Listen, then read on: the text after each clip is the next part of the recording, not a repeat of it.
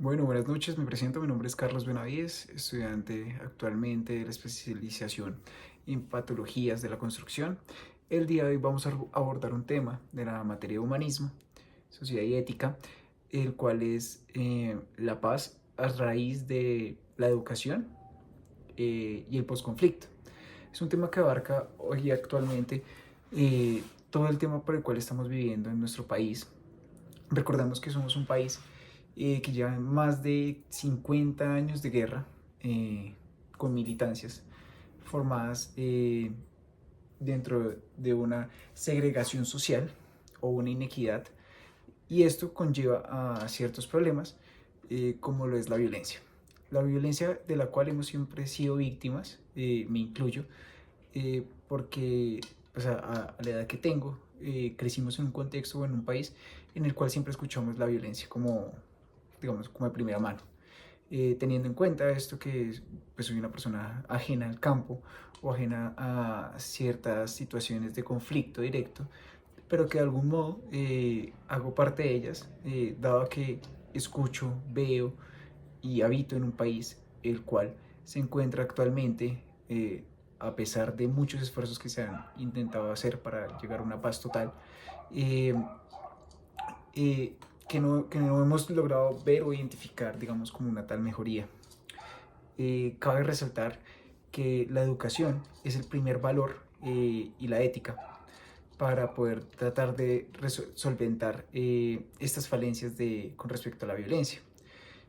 Al identificar que nuestro país, Colombia actualmente, tiene tanta inequidad a nivel educativo, estudiantil y cultural, eso genera unas brechas y una segregación en donde las personas de menores recursos crecen en un contexto mucho más hostil, mucho más marcado y con menos, digamos, garantías o menos recursos para poder lograr, digamos, una educación la cual nos lleva a segregarnos de toda esta violencia y toda esta problemática que no es ajena a nosotros, pero que nos conlleva en un contexto delimitado o marcado por ciertas circunstancias. Es importante también resaltar, y quiero traer a colación, yo soy arquitecto, un proyecto muy importante que desarrolló Sergio Fajardo en su alcaldía en Medellín, la cual fue la Biblioteca España. Este proyecto no solo fue un cambio cultural, eh, porque pues está enmarcado en una zona muy, eh, por así decirlo en su momento, actualmente también puede estarlo, espero que no sea tanto, peligrosa, que era la Comuna 13, en donde el trato de llevar, se le dio un presupuesto, unas entidades externas y extranjeras vinieron a aportar un capital al cual él lo que hizo fue aportarlo y darlo a la comunidad, pero no a la comunidad como tal en general, sino a la comunidad más vulnerable, a la comunidad que en verdad lo necesitaba. Porque no son los ricos los que necesitan más educación, porque aparentemente puede parecer así. No, son las personas de escasos recursos que nunca han tenido derecho a una educación digna, que nunca mm, han podido albergar otra cosa que no sea violencia en su nicho y en su contexto. Es por ello que con este proyecto Sergio Fajardo lo que buscaba era traerle a esas personas más vulnerables un poco de eso que las demás personas tienen con sus privilegios, que vendría siendo un acto netamente de justicia social. ¿Por qué es importante esto? Porque en un contexto tan marcado por problemáticas sociales y conflictos, él logró ver en un pequeño cambio, o sea, que es la cultura y que es la educación, conlleva a un gran entorno de rejuvenecimiento, de cambio de chip en muchas personas, de identificar que se puede salir adelante, de hacer un lugar que era muy peligroso, un lugar turístico, donde es una parada casi que obligatoria para muchas personas que visitan Medellín, el poder llegar hasta allá, ver cómo a raíz de un proyecto con una traza y con un lenguaje urbano puede lograr modificar un entorno que se ha visto por tanto tiempo opacado por violencia y por segregación. Entonces, esto es muy importante. Cabe resaltar también que dentro del texto leído anteriormente, digo, pues que nos menciona el docente, una frase muy importante que menciona un autor que dice que normalmente a nosotros, hablo en general, nos educan de manera competitiva, que lleva esto a generar segregación, a generar enemistades, a generar a un pensamiento en el bien personal y no en el bien común, que es como deberían instruirnos actualmente, no solo a nosotros, sino a todas las futuras generaciones. Porque con el fin de que nosotros lleguemos a ser personas que piensen en un colectivo, podemos lograr generar mayores cambios. Es distinto a una persona tratando de pelear por un solo objetivo, a una masa tratando de que todos se encuentren en equidad y se encuentren todos por un buen camino y todos quieren ir a un solo punto. Dentro de todo esto es importante ver cómo la educación actualmente en nuestro país eh, se rige o se encuentra actualmente, y es que es una educación un poco inequitativa, teniendo en cuenta que el 75% de nuestro país es rural.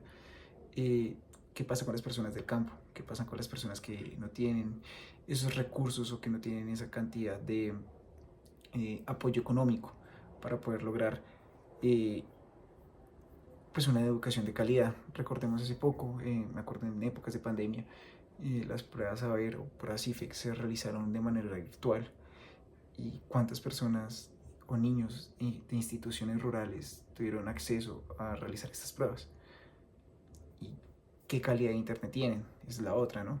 Tienen acceso a internet, tienen acceso a equipos, tienen acceso a espacios adecuados para poder usar estos elementos. Creo que es muy nula o poca las personas o las poblaciones que logran tener al 100% todas estas condiciones, a no ser que sean obviamente capitales o ciudades grandes. Esto es muy importante traerlo a colación porque todo esto genera una segregación que poco a poco se va volviendo violencia. ¿Violencia por qué? Porque al no tener un contexto, al igual que los demás, estas cosas que son de carácter natural se ven como lejanas y se ven como añoranzas, cuando deberían ser derechos, derechos de todos, porque la educación es un derecho primordial que debe garantizar el Estado.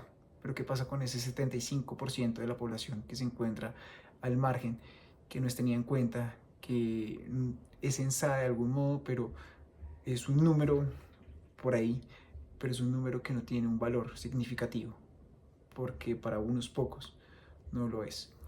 Eh, Cabe resaltar que también dentro del texto mencionan que muchas de la población que se encuentra hoy actualmente y que mantiene el país es la clase media, esa clase que se endeuda, esa clase que busca los recursos como sea, que muy pocos de sus padres o primeras personas son o tienen o conllevan un título universitario, y la añoranza de ellos es que su primer hijo o alguno de sus hijos logre ser un profesional titulado.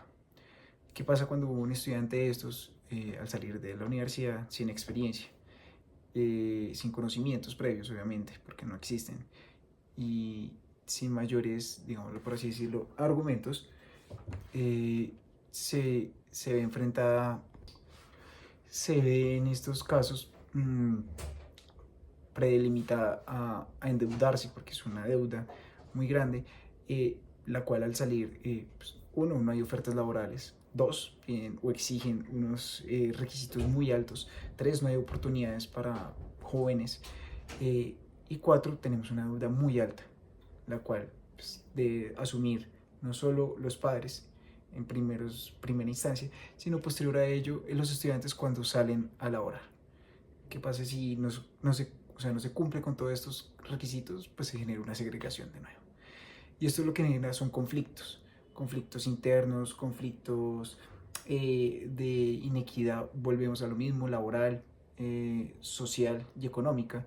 ¿Qué pasa cuando tenemos universidades públicas, como el Estado las debe brindar, pero tenemos unos cupos muy reducidos pues, para la cantidad de personas, porque pues, no hay más dinero? Todo esto lo que genera son segregaciones. Es importante también resaltar el tema de universidades y ayudas por parte del Estado, como lo son el Pilo Paga, Proyecto E y otras, en donde sí un gran número de personas se ven, digamos, una manera beneficiadas por ser pues, o tener unas capacidades que lo denotan y pueden pasar a universidades privadas. Pero ¿qué pasa si tenemos una persona de escasos recursos en una universidad de estrato 5 o 6, en donde una matrícula puede llegar a costar 12 a 15 millones de pesos? Eh, Estas personas tendrán, se genera una segregación también interna, se genera un estigmatismo también con estas personas que de algún modo no tienen los recursos para poder solventar su estadía o pasadía dentro de estas universidades. Y todo esto lo que conlleva es más violencia. Es importante también analizar que hemos tenido nosotros como país la posibilidad de hacer cambios. Recordemos que cuando existió la posibilidad de votar por un plebiscito por el sí o no a la paz, lamentablemente ganó el no. En regiones donde han sido netamente marcadas por la violencia, estas personas decidieron votar por un sí, por un cambio. Y en ciudades tan grandes como la nuestra, como lo es Bogotá, Medellín, una total apología a este tema de la paz. Entonces, volvemos a lo mismo, no pensamos en el bien común, ni en el bien colectivo, sino en el personal. Es necesario que nosotros como seres humanos tengamos presentes que si no cambiamos nuestra manera de pensar, eh, no vamos a lograr ir a un mejor cambio, un mejor futuro. La educación es lo más primordial que puede existir y como lo menciono, es un derecho fundamental, es un derecho al cual todos debemos hacer parte. O sea, debemos de brindar para las personas que tienen pocos recursos y están en educaciones públicas la misma calidad que tiene una persona que se encuentra pagando una institución privada. Deberían de haber colegios bilingües para que ambas personas cuando lleguen a una universidad estén, digamos, con las mismas bases. Deberían de haber el tema de docencia. Los docentes deben tener unas mejores retribuciones salariales, debido a que están no solo forjando, están formando personas. Recordemos que este tema de forjar y formar personas también se da dentro del hogar, el nicho del hogar. Entonces no quiere decir que este trabajo sea netamente la institución de forjar y crear una persona, porque también venimos con las bases que vienen desde nuestra familia, desde nuestra crianza, desde nuestra ética, de nuestra forma de ser como seres humanos. Entonces es importante analizar todos estos aspectos para dar unas conclusiones ya más cerradas. Es importante que el Estado revise, como vengo mencionando, estos números de esas poblaciones que se encuentran segmentadas, segregadas un poco, y que dé alguna luz para todas estas personas que se encuentran obviamente en un conflicto, porque seamos sinceros, acá en la ciudad no logramos presenciar la magnitud del conflicto armado, pero en otras partes que sí se encuentran en zonas rurales es el pan de cada día. Entonces, en conclusión, es la educación debe ser colectiva, el pensamiento debe ser colectivo, debemos darle más importancia a estos valores, porque eso es la equidad, ser personas mucho más justas y darle mayor valor a las demás personas. Tener presentes que no solo existo yo, sino que convivo con otras personas y eso hace parte también de nuestra ética.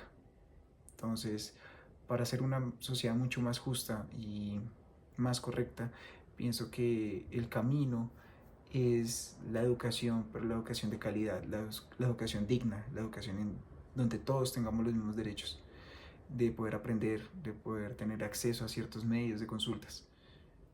Muchas gracias.